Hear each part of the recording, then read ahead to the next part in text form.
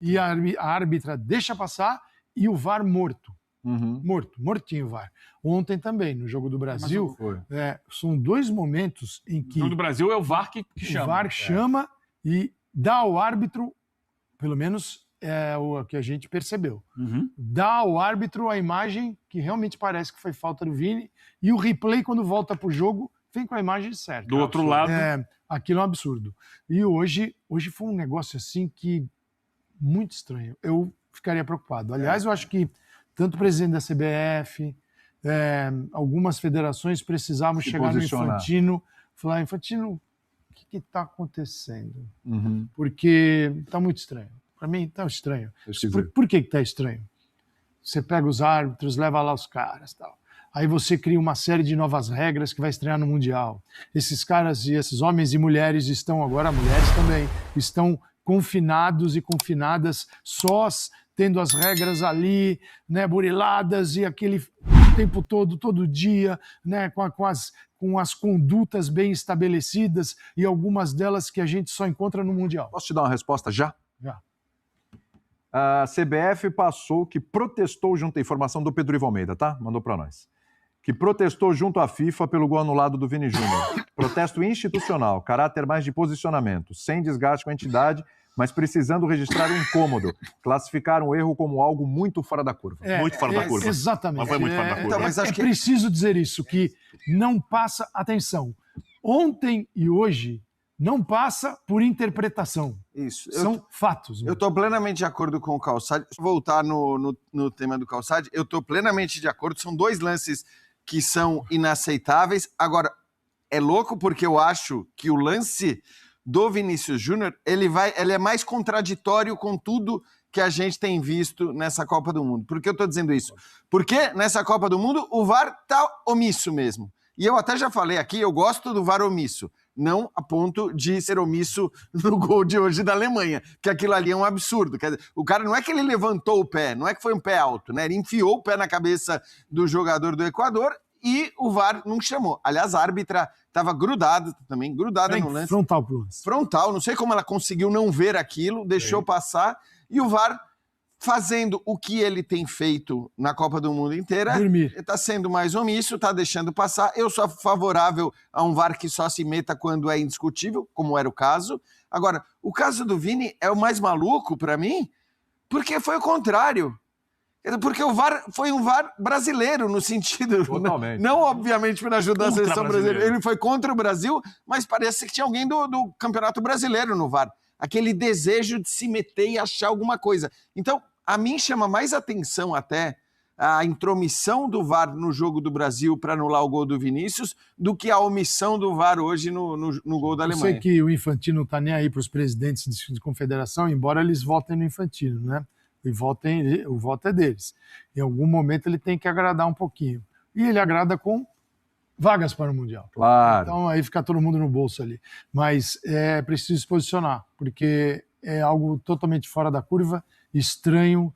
Não, quando cabe interpretação, a conversa morre, porque você pensa de um jeito, ele do outro e acabou. Mas nesse caso de Brasil e de Equador, é um negócio muito estranho. Sim. Muito estranho. O VAR chamou para tirar o gol, o árbitro caiu nessa e o VAR ali protegeu a Alemanha. E o Equador, então, foi... Escandalosamente. Merece o feriado. Merece o feriado, porque ganhou da arbitragem. Merece o feriado. O cara que conseguiu... Virada para cima da Alemanha e da arbitragem. 3 gols. Exatamente. Foi de virada. E ainda foram roubados, né? É uma expressão mais simples no mundo do futebol. E cabe muito bem. Foram roubados. Cabe. O Militão faz parte de uma série de problemas que a seleção teve no lado direito do nosso time. É impressionante como o Brasil gabaritou o lado direito, né? Militão, Wesley, Wanderson, Rafinha se machucou nesse começo de Copa do Mundo, Estevão, que era o artilheiro da Ancelotti, o próprio Rodrigo que poderia jogar também, por ali. Impressionante como esse lado direito esfacelou o nosso time. E tomara que o Militão, que passou por uma cirurgia, né, de uma reconstrução do tendão da coxa esquerda, possa, né, jogar outras Copas do Mundo. Alguns confrontos já estão definidos nas 16 avos de final da Copa do Mundo. O Japão vai cruzar com o nosso caminho, mais uma vez em Copas do Mundo. A África do Sul vai enfrentar o Canadá, e quem passar desse confronto encara o vencedor de Holanda e Marrocos. Alerta de jogaço, hein? Holanda e Marrocos. O Brasil encara o Japão e fiquem de olho no chaveamento dos Estados Unidos daqui para frente. Eles encaram a Bósnia, depois eles podem ter pelo caminho o líder do grupo, que hoje é o Irã. Então, ainda falta muita água para passar embaixo da ponte, mas o chaveamento pode beneficiar os donos da casa também, rumo a uma classificação inédita, eventualmente até umas quartas de final e tal. Esses são os confrontos por hora definidos na Copa do Mundo. Quero saber de Brasil e Japão. O Militão estava no banco do amistoso, o qual perdemos por 3-2 para eles, de virada. O Militão tinha jogado contra a Coreia, se machucou, foi para o banco. O Japão também derrotou a Alemanha, amistoso. Na última Copa do Mundo, deixou a Alemanha para trás na fase de grupos. E assim, a percepção geral é que a gente nunca viu uma seleção japonesa tão forte. Eles fazem também, se puder dar porrada, eles também dão porrada. Então, tomar muito cuidado. Felipe, como é que você está vendo a Copa do Japão e projeta esse jogo de segunda-feira? É basicamente isso que o Militão acabou de falar. É um time que é muito bem ordenado dentro de campo, né? São obedientes taticamente, né? Há um tempo atrás, nós chamávamos, eu em casa chamávamos quando jogava os japoneses de robozinhos, né? Que faziam tudo aquilo certinho que o treinador mandava. Esse jogo contra o Japão, a gente vai pegar um outro tipo de teste, né? A gente pegou, né, dentro dessa crescente, o Haiti, que realmente era muito abaixo. Depois pegamos a Escócia, que ofensivamente não entregava muita coisa. Então agora a gente vai pegar uma equipe um pouco mais sólida, onde tem claramente um sistema defensivo bom, com uma parte ofensiva boa. Então esse já começa a ser um teste um pouco mais forte, para que a gente possa entrar nas oitavas já pensando realmente se chegar ao título. Então eu acho que esse jogo vai ser um jogo, um divisor de águas, se realmente vai continuar esse crescimento, ou se a gente vai voltar aqui para achar problemas. Se não evoluir... Ele insistiu, primeiro ele tentou aquela ideia com os 4 jogadores que ele denominava atacantes. Aí ele abriu mão na estreia da Copa, colocou o Igor Thiago. Depois voltou o Cunha para o time, com o Paquetá no meio. A gente sentiu uma evolução. Me pareceu um cara que foi buscando um time, e na nossa opinião achou nessa fase de grupos. Foi o que animou a gente aqui. Como você está vendo a evolução do Brasil, do Carlo Ancelotti, a quem você conhece tão bem? Eu vejo muito bem. Desde quando ele chegou, eu acho que ele vem provando, né, diversas táticas com diversos jogadores ali. E eu acho que agora ele está mais encaixando no 4-3-3 ali, né, que eu acho que é o clássico dele, né? Ele tentou ali com o Bruno e com o Casemiro só. E eu acho que ali ficou também, né, um buraco ali. Acho que foi o primeiro jogo ainda contra o Marrocos, né, que ficou em número, tipo... Perdeu o meio campo. Foi quando tomou o gol, né? Isso. Que foi aquela passe em vertical pelo meio, né? A gente ficou com inferioridade. Então acho que aí depois ele conseguiu acertar ali, né, do Haiti para frente, até contra as Escócias, e eu acho que essa evolução tá indo muito. Com o time que ganhou a última Champions pelo Real Madrid, do qual o Militão fez parte. A gente falou assim, poxa, peraí, tá parecido. A ideia de jogo é parecida, né? Com o Bellingham fazendo a função do Matheus Cunha, o Vini jogando próximo do gol, junto do Ryan, como era com o Rodrigo, a linha de 4 atrás. Tem a ver com o Real Madrid campeão da Champions 23-24, o jeito como ele armou o Brasil contra a Escócia? Cara, já tem tudo para tá com a cara, né? Tá com a cara do Ancelotti, tá com aquela cara que daquele jeito que o pessoal costuma ver o Real Madrid. Eu acho que sim, eu acho que ele tá encaminhando para esse processo. Eu acho que é mais a cara dele, sabe? Sem centroavante, né? Porque vocês tinham perdido o Benzema. Realmente, assim, é um desenho parecido mesmo. Sim, até mesmo pelo que tem o Cunha também, que faz muito essa função que o Bellingham faz, que consegue marcar, que consegue chegar na área. Então, eu acho que tá mais expulsando para esse jogo. E o Ryan, eu lembro que nas semifinais foi contra o City, né, que o Rodrigo entrou e fez gol. O Rodrigo entrou pelo meio também, como um centroavante próprio, fez 2 gols, assim. Eu lembro muito bem porque eu lembro dos argentinos chorando, Tevez e Agüero estavam fazendo live na hora e estavam saindo chorando. Meu Deus, é impossível, é impossível. Eu falei, não, sim que é possível. E o Rodrigo matou o City. e depois, posteriormente, foram campeões. E você tem o Ryan, que com o Diniz no Vasco, jogou muitas vezes como centroavante, né? Então, também, assim, é importante falar sobre isso, porque o Ancelotti pode usá-lo também dessa forma, vindo por dentro também, já que o ataque do Brasil é um ataque muito móvel, né? Eu acho que ele acaba achando também um sistema muito parecido, mas ele está sabendo respeitar as características de cada jogador. O Bruno Guimarães tem uma, o Valverde tinha outra. Claro. Né? O Toni Kroos de um lado, o Paquetá tem uma outra. Então, assim, sabendo respeitar as características e tirar o que cada jogador tem de melhor para que o sistema realmente floresça, aí que está o grande segredo. Porque às vezes você fala assim, mas ele jogou no 4-4-2. Mas o 4-4-2 com características diferentes, porque cada jogador tem a sua característica. Então, ele conseguir achar o sistema e realmente fazer com que cada jogador consiga evoluir, é que está o grande segredo. E eu acho que ele está achando uma maneira muito parecida com o que o Real Madrid fez, mas essa maneira é que está conseguindo fazer a equipe crescer. Eu concordo com o Renato isso, mas existe o ponto também da entrega do atleta, né? Porque propriamente o Matheus, ele não faz isso que ele está fazendo na seleção do Manchester United, faz muito menos. Então, assim, todos se entregarem em pró do bem maior que é a conquista da Copa. E claro, o Ryan já faz isso aonde joga, fez isso no Vasco. O Vinícius Júnior, por mais que não goste, como ele mesmo falou, mas eu gosto de jogar mais aberto, ali é onde que ele faz gol, ali onde que ele foi que decidiu o Champions, ali onde tem decidido o jogo da seleção brasileira. Então, assim, o Brasil tem melhorado muito no coletivo e isso muito me alegra. Porque quando você melhora no coletivo, eu já falei isso outras vezes, o individual ele sobressai, porque o Brasil tem uma constelação de atletas que pode fazer a diferença em qualquer momento. Ou seja, pegando carona na frase do Militão, que ele está montando o time mais com a cara dele, né, no sistema que o consagrou ao longo da vida, ele vem para o Brasil, um italiano fala, vou tentar dirigir um time à la brasileira, né? Como eu nunca fiz, inclusive, nos meus times, quatro atacantes. Que joga para frente, só para cima. Rodou e voltou ao esquema tradicional que ele usou na maioria dos trabalhos vitoriosos dele. A Duda Dal Ponte acompanha o dia da seleção brasileira. Chega mais aqui no Seleção Copa, Duda.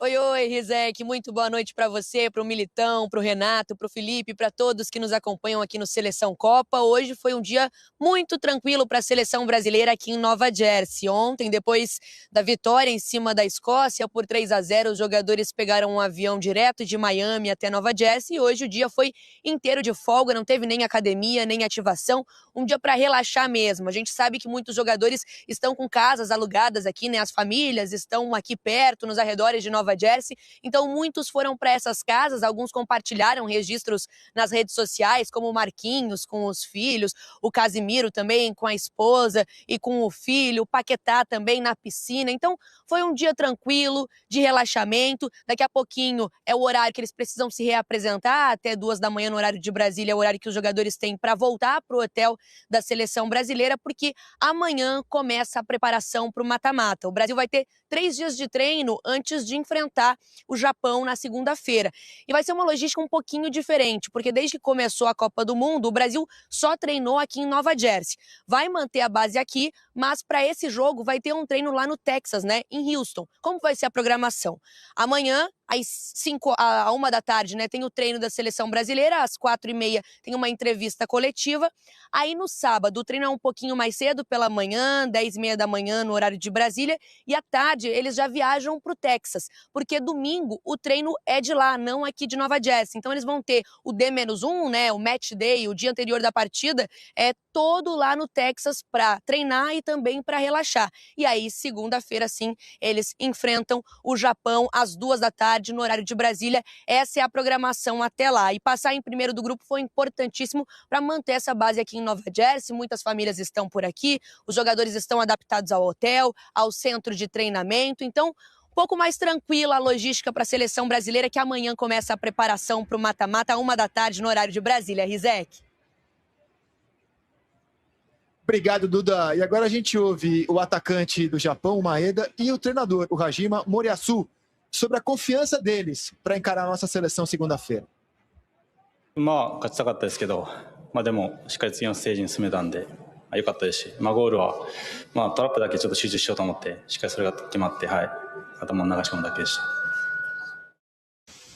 O Brasil, obviamente, é o top do futebol internacional. Temos todo o respeito pelo futebol brasileiro, mas nunca sabemos como o jogo vai transcorrer até ele começar.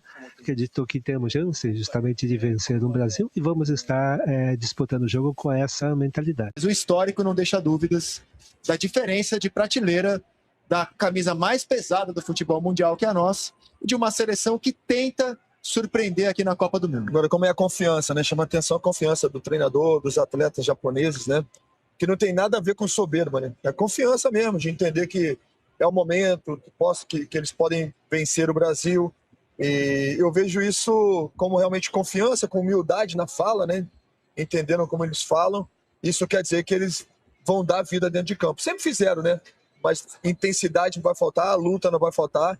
Então, realmente, é dia do Brasil evoluir e, sem dúvida nenhuma, vencer o Japão e continuar nessa caminhada em busca do ex-campeonato. Segunda-feira, 2h, com aquecimento a partir das 11h30.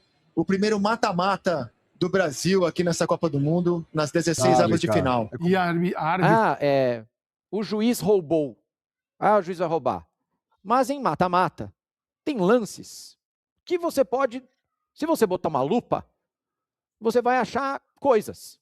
E você pode decidir para os dois lados, certo? A entrada do Messi no cara da Argélia. O VAR olhou e falou assim, eu acho que é vermelho, Caneta também, acho que muitos de vocês também. Mas o VAR olhou, lembrou que o Gianni Infantino estava sentado na plateia, lembrou que é o Messi, que é a última Copa dele, que futebol é entretenimento, e na cabeça dele ali, pensando, e a carreira dele passa como um flash, ele lembra que ele tem filho, que ele tem família para sustentar o VAR. E ele fala assim, poxa, mas em algum lugar no multiverso, poderia ser um amarelo, isso aí? Em algum lugar do multiverso? Em algum lugar do multiverso, alguém poderia dizer que, em algum lugar do multiverso, alguém poderia dizer que isso aí é um amarelo, chat? Poderia falar, foi sem querer. Ele tropeçou. E aí, nessa hora, não é questão de, roubou ou não roubou. Mas o cara consegue justificar para dar um amarelo e não chamar. Então o VAR fala assim, poderia ser um amarelo. Loucura, hein? Mas poderia ser um amarelo. Poderia, né? Deixa pra lá. Esse Messi viu, ele apronta tanto, o menino levado. Ele só tropeçou, foi sem querer. É o Messi, né, gente? Deixa passar. Esse tipo de lance você ganha ou perde uma Copa do Mundo, num lance desse aí. Quando você bota a lupa, e é um negócio interpretativo. Quando uma seleção tem moral, quando uma seleção tá grandona, você bota a lupa lá e você decide a favor dela. E o time pequeno, se ferra. Portugal, quando tiver uma lupa ali, será que foi pênalti em cima do CR7? O VAR vai olhar e falar assim, acho que foi pênalti, hein? O que vocês acharam? Foi pênalti, melhor chamar. Chama, vamos dar um pênalti pro CR7. É assim que funciona. Ontem eu fiquei preocupado porque eu achei que a gente está sem moral, a seleção brasileira. Dá para marcar falta em algum lugar do multiverso, em algum planeta, dá para marcar falta do Vini? Dá para marcar falta do Vini. Dá para falar, não, ele botou a perna na frente do zagueiro e fez o zagueiro tropeçar. Dá sim. Dá para dizer também que foi o zagueiro que chutou ele quando ele ganha o espaço? Também dá. Então essa era aquela que, se você quiser, você pode decidir para os dois lados. E na minha cabeça, quando a seleção está com moral, eles teriam decidido a nosso favor. O fato do VAR chamar significa que a CBF tem que tomar um café lá com o Infantino. Entendeu? Mandar uma garrafa de vinho lá para ele. Não, eu entendo. Dá para entender que é falta? Dá.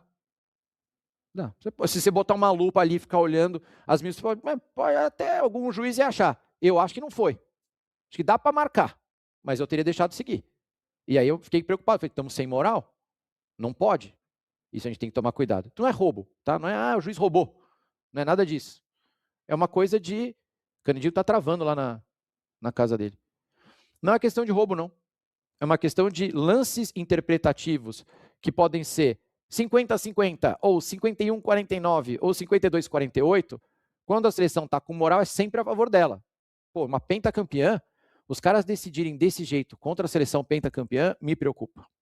Não é a Copa do Neymar. Né? O Neymar foi convocado, legal, o Ryan, o Endrick, não é a Copa deles. Essa é a Copa do Vinícius. A gente precisa que o Vinícius, aquele melhor do mundo, realmente apareça, e ele apareceu, gente. E se você for olhar a última Copa e somar as duas, você vê que ele tem muita participação em gol. Acho que 10 em 13, uma coisa absurda, qualquer dessa, assim. Mas ele está entregando, ele Copa do Mundo você tem poucas oportunidades, as poucas que ele está tendo, ele está botando para dentro da casinha. Ontem podia ter feito mais uma, que a bola enroscou no pé direito dele ali, ele não conseguiu dar a cavadinha, ele veio correndo de muito longe. Mas ele tá... Gol de cabeça, pô. O Vini fez um gol de cabeça. Quantos gols de cabeça o Vini tem na carreira dele? 3? Esse é o terceiro? Sei lá, eu lembro de um no Real Madrid, eu acho. Canedinho é melhor do que eu de memória. Não, eu não vou lembrar também, não. Mas no Real Madrid. Foi uma bela leitura de se afastar até do marcador, até para não ter choque com o marcador. Perfeito. Ele fez uma leitura ali de Haaland, que é especialista em cabeça, de Cristiano Ronaldo, especialista em cabeça, quando ele passa por trás e chega ali sozinho. Ele nem mal pulou, ele foi muito bem. O Vini tá muito bem. O Vini tá atento, o Vini tá fisicamente bem. Ele mesmo falou isso em entrevista coletiva, que ele chega nessa Copa sem grandes lesões ao longo da temporada, que ele se preparou, ele tá firme, ele tá seguro, ele tá tomando decisões corretas, o Vini tá jogando muito e o Vini tá nos ajudando.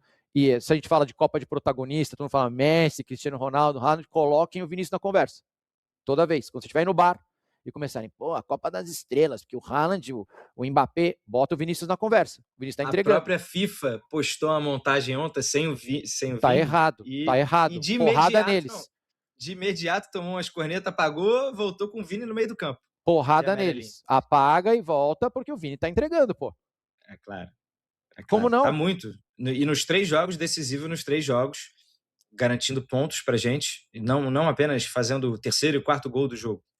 Né? Nos salvou contra Marrocos, contra Haiti foi muito bem, ontem também 2 golzinhos já ali de cara para nos dar vantagem, teve o gol anulado. Quer falar assim do gol anulado? Que eu discordo de você. Aqui, ó, aliás, Dr. Bernardo Costa, o Vini tem 25 só, hein? É de 2000. Temos muita lenha para queimar, tem muita Copa América, tem muita eliminatória, hein? Tem muita lenha para queimar, tá? Tá monstro. Se Deus quiser, fará aniversário durante a Copa do Mundo, durante a participação do Brasil, que é 12 de julho, o aniversário dele. Porque tinha gente aqui, Canedo, seus pés de rato, vocês queriam colocar o Vini na reserva. E eu falava, não, calma, isso não se faz, é craque, é melhor de ouro, é melhor do mundo, é bola de ouro, deveria ter ganhado aquela bola de ouro. Não é assim. Tem que insistir, porque uma hora vai clicar. É mais fácil clicar do que não clicar. Uma hora vai acontecer. Ainda bem que o Ancelotti conhecia ele há muitos anos. Com velho. E outra coisa, né? Vai ter que jogar pelo meio para sempre agora, tá, Vinícius Júnior? Agora esquece esse negócio de ponta esquerda, viu? Agora vai jogar no meio, vai jogar em mar aberto. Não tem jeito. Já jogou contra a Haiti, foi bem, jogou agora pelo meio, foi bem. Esquece, vai ter que jogar. Ele até falou, eu não gosto de jogar pelo meio. Agora já foi, pai. Agora é pelo meio mesmo. E pelo meio, se ele vale 1 bilhão de euros, pelo meio vale 1,5 bilhão. Sempre falo isso pra vocês, né, Canedinho? Se você pega ponta que vale 100 milhões de euros, se esse cara faz meio também, ele vale 200 milhões de euros. As 2 vezes que o Ancelotti mexeu, ele matou o nosso segundo tempo. Ele matou o nosso segundo tempo contra o Haiti, ele matou o nosso segundo tempo ontem, quando ele bota o Martinelli de homem de meio de campo. Eu não entendi. Claro que ele é muito melhor do que nós de futebol, e ele tá vendo o treino, ele sabe o que ele tá fazendo. Mas ali, pra mim, era um jogo de trocar 6 por meia dúzia o tempo inteiro. Tirou o Casemiro e Fabinho, tirou o Paquetá, Danilo do Botafogo, entendeu? Era fazer, tirou e botou o Ederson, mas botar o Martinelli de homem de meio de campo. O Brasil entra em campo cercado de expectativa para enfrentar o Japão em mais um desafio importante. Embalada pelas boas atuações e confiante após a vitória anterior, a seleção aposta no talento de Neymar, na velocidade de Vinícius Júnior e na força do elenco para buscar mais um triunfo. Do outro lado, o Japão promete dificultar a partida com organização e intensidade. A promessa é de um grande duelo, com a torcida brasileira sonhando com mais uma atuação convincente rumo ao título.